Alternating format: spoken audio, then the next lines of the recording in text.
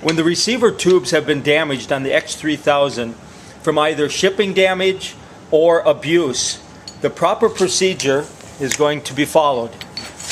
Obtain a tapered shaft, specially designed for this process, from SMT Health Systems, and a hammer.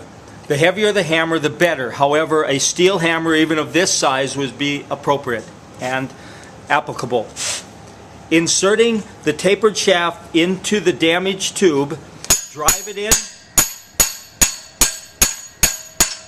in with the hammer, and then lightly tap as shown.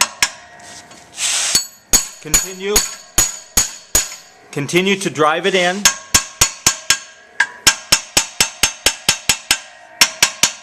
Tapping on the side of the tube.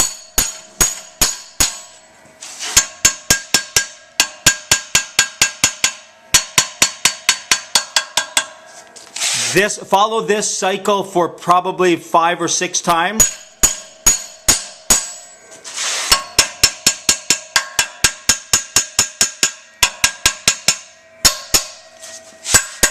You may have to tap on the side of the shaft to free it up, remove it,